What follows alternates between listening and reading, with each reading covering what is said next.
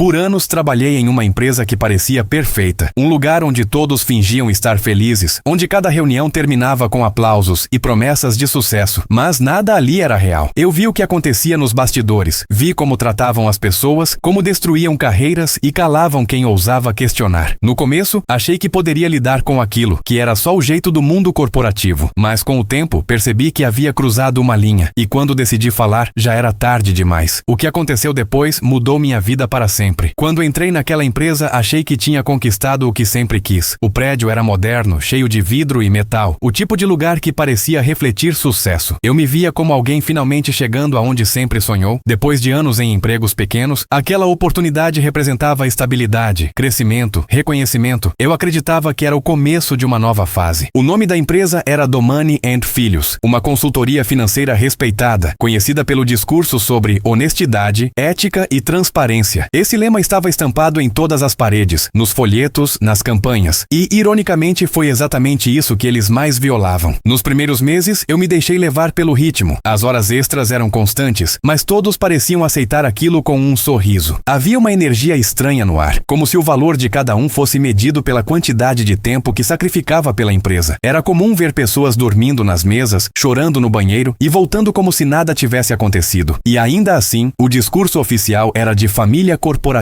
Demorei um tempo até entender o peso daquelas palavras. Família, sim, mas uma em que o amor era condicionado à obediência. Tudo começou a mudar no meu terceiro mês, quando percebi que algumas metas simplesmente não faziam sentido. Números inflados, relatórios ajustados de forma conveniente, resultados melhorados para agradar investidores. No início, pensei que era apenas marketing. Depois, percebi que era fraude. Eu trabalhava no setor de análise, e foi ali que comecei a ver o que os outros fingiam não enxergar. A empresa manipulava planilhas inteiras para parecer mais lucrativa, desviava valores de fundos de investimento e criava relatórios falsos para clientes que sequer existiam. Era um teatro muito bem ensaiado, e eu, sem perceber, fazia parte do elenco. Com o tempo, comecei a notar como tratavam quem não se encaixava no papel. Colegas que questionavam demais eram isolados. Gente experiente que tentava alertar sobre irregularidades desaparecia de repente com a desculpa de mudança de carreira. Eu me convencia de que não era da minha conta, que o melhor era ficar quieto. Mas o silêncio tem um preço. Tudo começou a ruir quando conheci Leandro, um dos analistas mais antigos. Ele era reservado, sempre parecia cansado, mas havia algo nele que me inspirava confiança. Certa noite, quando todos já tinham ido embora, ele me chamou discretamente para a sala de arquivos. Lembro de como ele tremia, a voz baixa, os olhos inquietos. Ele me mostrou um conjunto de pastas com relatórios alterados, transações suspeitas e assinaturas falsificadas. Havia provas de que a empresa lavava dinheiro de grandes clientes, incluindo políticos e empresários. Leandro guardava tudo em segredo há meses, esperando o momento certo para agir. Naquele instante, percebi que eu também estava preso em algo muito maior. Depois daquele encontro, minha rotina mudou completamente. O trabalho deixou de ser apenas trabalho, se tornou vigilância. Eu observava, registrava, comparava dados. Cada nova descoberta aumentava meu medo, mas também meu senso de responsabilidade. Eu sabia que, se aquelas informações viessem à tona, muita gente poderosa cairia. Foi nesse ponto que as coisas começaram a ficar estranhas. Meus acessos aos sistemas internos começaram a falhar. As portas de segurança, antes sempre abertas, passaram a exigir autorizações extras, e as conversas ao meu redor pararam quando eu entrava em uma sala. Uma tarde, enquanto voltava da Copa, encontrei a mesa de Leandro vazia. Nenhum aviso, nenhum recado. Perguntei a alguns colegas, mas todos deram a mesma resposta. Ele pediu demissão. Nenhum deles parecia acreditar no que dizia. Naquela noite, recebi um e-mail sem remetente, um único arquivo anexado. Dentro dele, uma mensagem curta, escrita em letras frias. Cuidado com o que você continua procurando. Passei a noite acordado, encarando a tela do computador, tentando entender o que aquilo significava. Parte de mim queria apagar tudo, fingir que não vi. Mas outra parte, a que ainda acreditava em justiça, me impediu. Nos dias seguintes, percebi que estava sendo seguido. Um carro escuro estacionava com frequência na rua da minha casa. As luzes do escritório do diretor ficavam acesas até tarde, mesmo quando o prédio estava vazio. A sensação de perigo se tornou constante. Até que, um dia, encontrei sobre minha mesa uma pasta com meu nome. Dentro, cópias de e-mails que eu havia enviado para Leandro, impressas. Eu entendi o recado. Eles sabiam. Meu corpo tremia, as mãos suavam, o coração batia tão forte que parecia me denunciar. Fui ao banheiro, olhei meu reflexo no espelho e vi um estranho me encarando. Aquele olhar que um dia foi de ambição agora era o de alguém que carregava medo e culpa. Eu sabia que se ficasse ali, acabaria igual a ele, mas também sabia que sair calado me tornaria cúmplice. Foi nesse dilema que o primeiro outro plano começou a surgir. Um plano que me colocaria entre a verdade e o risco de nunca mais ser o mesmo. E você, se estivesse no meu lugar, arriscaria sua segurança para revelar a verdade? Ou ficaria em silêncio para sobreviver? Comente o que faria. Nos dias seguintes, o medo começou a moldar tudo ao meu redor. Eu acordava com o coração acelerado, olhava pelas janelas antes de sair de casa e revisava cada passo como se vivesse dentro de uma armadilha invisível. Era impossível relaxar. Dentro da empresa, o ar parecia pesado, denso, carregado de uma tensão que ninguém comentava, mas todos sentiam. Eu já não era apenas um funcionário. Era um problema que precisava ser eliminado. O primeiro sinal veio disfarçado de gentileza. O diretor de recursos humanos me chamou para uma conversa de rotina. O sorriso dele era educado, mas os olhos frios, vazios. As perguntas eram diretas demais. Se eu estava feliz no cargo, se tinha planos de mudança, se andava conversando muito com colegas antigos. Ele dizia tudo em um tom casual, mas havia uma ameaça implícita em cada palavra não dita. Saí daquela sala com a certeza de que meu tempo ali estava contado. Comecei a agir com mais cuidado. Salvava cópias de documentos em pendrives diferentes, escondidos em locais improváveis. Mandava versões criptografadas para um e-mail que criei apenas para isso. Cada vez que mexia em algo, o suor escorria pelas mãos. Eu sabia que qualquer erro, qualquer clique errado, poderia me denunciar. As horas dentro do escritório se arrastavam como se o tempo tivesse parado. Os corredores pareciam mais longos, as luzes mais frias, e o som das teclas de computador me dava a sensação de estar sendo observado. Às vezes, tinha a impressão de ver sombras parando perto da minha mesa, gente fingindo estar ali por acaso. Uma noite fiquei até mais tarde, fingindo terminar um relatório. O silêncio era absoluto. Resolvi usar aquele momento para copiar um conjunto de arquivos que provavam o envolvimento direto dos diretores com lavagem de dinheiro. O computador estava lento, o progresso da transferência parecia não avançar. Cada segundo era uma tortura. Quando o relógio marcou quase 10 da noite, ouvi passos vindos do corredor. Apaguei a tela instintivamente e fiquei parado, o coração batendo alto demais. A porta se abriu lentamente e a luz do corredor invadiu a sala. Era o segurança noturno. Pelo menos parecia ser. Ele me olhou por alguns segundos antes de perguntar o que eu ainda fazia ali. Respondi que estava finalizando um relatório, tentando manter a voz estável. Ele observou o ambiente com um olhar demorado, antes de se virar e ir embora. Esperei mais alguns minutos e finalizei a cópia. Guardei o pendrive no bolso e saí, mas, enquanto caminhava pelo estacionamento vazio, vi o mesmo segurança falando ao celular, com o olhar fixo em mim. No dia seguinte, fui chamado pela diretoria. A reunião foi breve. Disseram que a empresa estava passando por reestruturações e que, infelizmente, meu cargo seria extinto. Nenhum motivo convincente, apenas formalidades. Assinei a demissão com as mãos trêmulas, tentando esconder o medo. Ao sair da sala, o olhar do diretor me acompanhou até a porta. Havia algo cruel naquele sorriso contido. Algo que dizia silenciosamente que eles sabiam de tudo. Nos dias seguintes, comecei a sentir que estava sendo seguido. Carros estacionavam próximos demais. Paredes que antes eram neutras, agora pareciam ter ouvidos. A paranoia crescia, mas no fundo eu sabia. Aquilo não era imaginação. Uma semana depois, recebi um envelope. Dentro, havia uma foto minha saindo da empresa, tirada de longe. Atrás, uma frase escrita à mão. A verdade tem um preço. O medo se tornou físico. Eu tremia ao segurar o papel. Passei a olhar pelos ombros o tempo todo, a verificar portas e janelas, a dormir mal. Mesmo assim, não consegui destruir o pendrive. Era a única coisa que me restava. A prova de que tudo aquilo realmente aconteceu. Comecei a viver em modo de sobrevivência. Mudava de rota todos os dias, evitava lugares fixos e não falava com ninguém sobre o que sabia. Até que um dia recebi um e-mail de um endereço desconhecido. A mensagem era curta, sem assinatura. Eu também vi e posso provar. Meu corpo inteiro gelou. Não era o único. Pensei em ignorar, mas a curiosidade, ou talvez a esperança, falou mais alto. Passei dias trocando mensagens com essa pessoa misteriosa que dizia ter trabalhado em outro setor e ter cópias de documentos ainda mais graves. Decidimos marcar um encontro em um local público. No dia combinado, cheguei cedo. O lugar era um café movimentado no centro. Esperei por quase 1 hora. Ninguém apareceu. Quando estava prestes a ir embora, recebi outra mensagem. Desculpe, eles descobriram. E então o número desapareceu. Naquela noite, a sensação de estar sendo caçado se intensificou. Alguém tocou minha campainha por volta das 2 da manhã. Não havia ninguém quando abri a porta. Apenas um envelope no chão. Dentro, uma cópia da minha antiga foto de crachá, com um X vermelho sobre meu rosto. Aquela imagem ficou gravada na minha mente. Entendi então que a única saída era contar a história. Mesmo que isso significasse expor tudo e nunca mais ter paz. Era a única forma de tirar deles o poder que ainda exerciam sobre mim. Preparei os arquivos, organizei os documentos e escrevi tudo o que lembrava. Passei noites sem dormir, revisando cada detalhe. A cada linha revivia o medo, o som das portas fechando, os rostos sem expressão.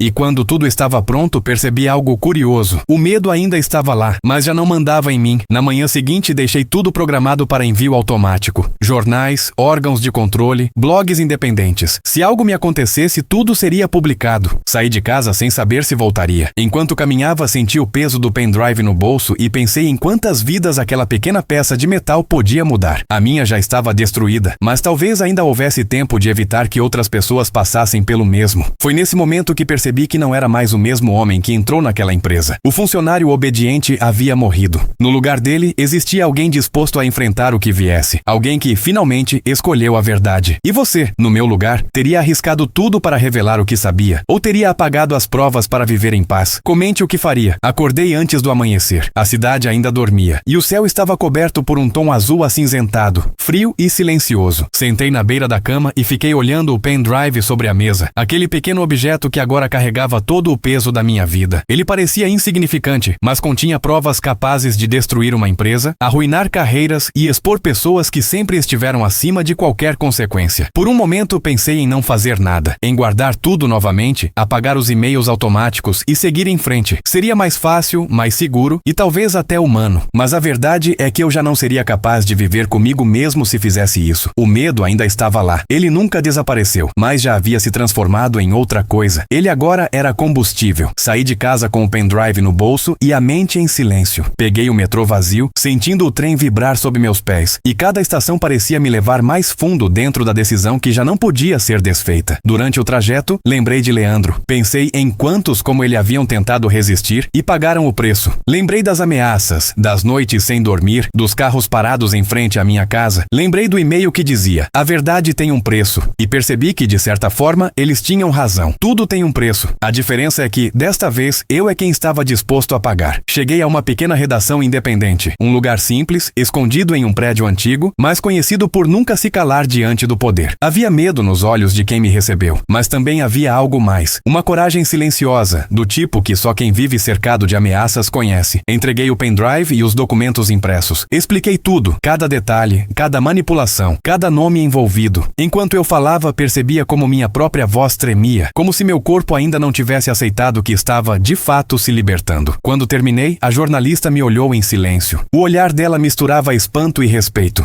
Eu vi no rosto dela o peso daquilo que agora não pertencia mais só a mim. Ela agradeceu, prometeu cuidado e disse que faria tudo com segurança. Eu apenas assenti. Saí da redação sem olhar para trás. Caminhei pelas ruas como quem carrega um corpo depois de uma longa guerra. Sabia que, a partir daquele momento, minha vida seria dividida em duas partes, antes e depois da verdade. Nos dias seguintes, o silêncio foi absoluto. Nenhum contato, nenhuma mensagem, nenhum sinal. Pensei que talvez nada fosse acontecer. Mas então, uma manhã, o barulho das notificações no celular quebrou o ar. As manchetes estavam em todos os lugares. Escândalo corporativo. Domani, em Filhos, é acusada de fraudes e corrupção. Os relatórios vazaram. As provas eram irrefutáveis. Políticos, empresários e diretores foram citados. As autoridades abriram investigações. A empresa que se gabava de ética e transparência agora era manchete pelas piores razões possíveis. Ver tudo aquilo me trouxe uma sensação difícil de descrever. Não foi alívio, nem felicidade. Foi algo mais profundo, um tipo de paz amarga. A paz de quem finalmente deixa o peso cair, mesmo que isso o esmague junto. Nos dias que seguiram, as reações foram rápidas. Alguns negaram, outros fugiram, e alguns, mais arrogantes, tentaram desmentir. Mas era tarde. As provas falavam por si. E pela primeira vez, eu percebi o poder real da verdade. Ela é lenta, dolorosa, mas quando chega, não pode mais ser contida. Ainda assim, o preço veio. Recebi ameaças, e-mails estranhos, recados velados. Mudei de endereço mais uma vez. Apaguei rastros, cortei laços, deixei tudo para trás. Hoje vivo em silêncio, como um espectro. Não tenho amigos próximos, não uso redes sociais e raramente saio durante o dia. Mas à noite, às vezes, caminho pelas ruas desertas e observo as luzes da cidade. Penso nas pessoas que ainda estão presas em lugares como aquele, acreditando que são apenas peças em um sistema, quando na verdade são prisioneiras de algo muito maior. Penso em Leandro e em todos que desapareceram. Gente que teve coragem, mas nunca teve voz. E penso em mim, não como herói, nem como mártir, mas como alguém que apenas não quis mais mentir. A verdade destruiu minha vida antiga, é verdade, mas me deu uma nova, uma vida silenciosa, simples, anônima, uma vida em que posso dormir sem o peso da omissão. O medo ainda aparece de vez em quando. Às vezes, sonho com rostos, vozes, corredores de vidro e o som distante de aplausos falsos. Mas quando Quando acordo, respiro fundo e lembro que, apesar de tudo, eu consegui fazer o que muitos não conseguiram: sobreviver e contar. A empresa caiu, os diretores foram julgados e o nome Domani & Filhos virou sinônimo de corrupção e ganância. As pessoas que aplaudiam agora desviam o olhar e eu, em algum lugar do mapa, observo tudo de longe, em silêncio. Às vezes me pergunto se valeu a pena. A resposta nunca é simples. A verdade não me trouxe paz completa, mas me libertou. E isso talvez seja o máximo que alguém como eu pode pedir. Se pudesse voltar no tempo, faria tudo de novo, porque há coisas que, uma vez vistas, não podem mais ser esquecidas. E o que eu vi lá dentro foi o tipo de verdade que muda uma vida para sempre. E você, arriscaria tudo para expor o que viu, mesmo sabendo que sua vida nunca mais seria a mesma? Comente o que faria.